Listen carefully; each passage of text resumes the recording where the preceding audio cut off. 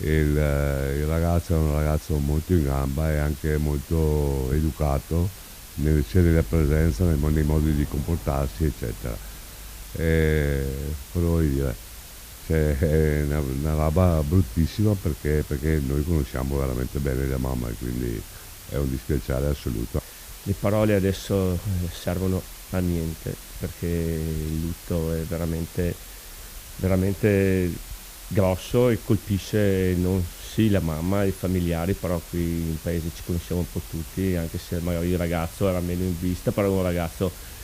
tranquillissimo, educato e questi lutti sono lutti che lasciano il segno di sicuro.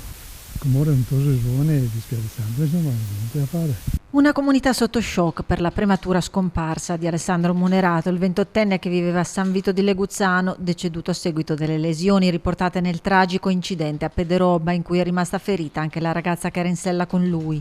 Qui tutti lo ricordano con grande affetto, descritto come un ragazzo solare, con la passione per la moto e la montagna, una piccola cittadina incredula che si stringe nel lutto alla famiglia del ragazzo che lavorava in un'azienda in zona industriale a Schio. È ancora fresco il ricordo di un altro decesso sulla strada, lo scorso anno proprio in questo periodo, il 12 ottobre, è venuto a mancare un altro motociclista sulla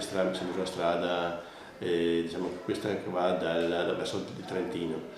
E siamo sconvolti perché questa famiglia, io conosco bene la mamma Manuela, che ha avuto a suo tempo un tragico evento, ha perso il marito in circostanze tragiche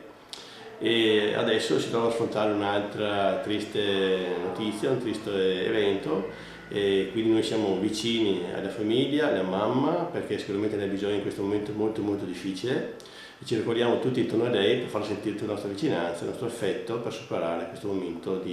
sicuramente molto difficile.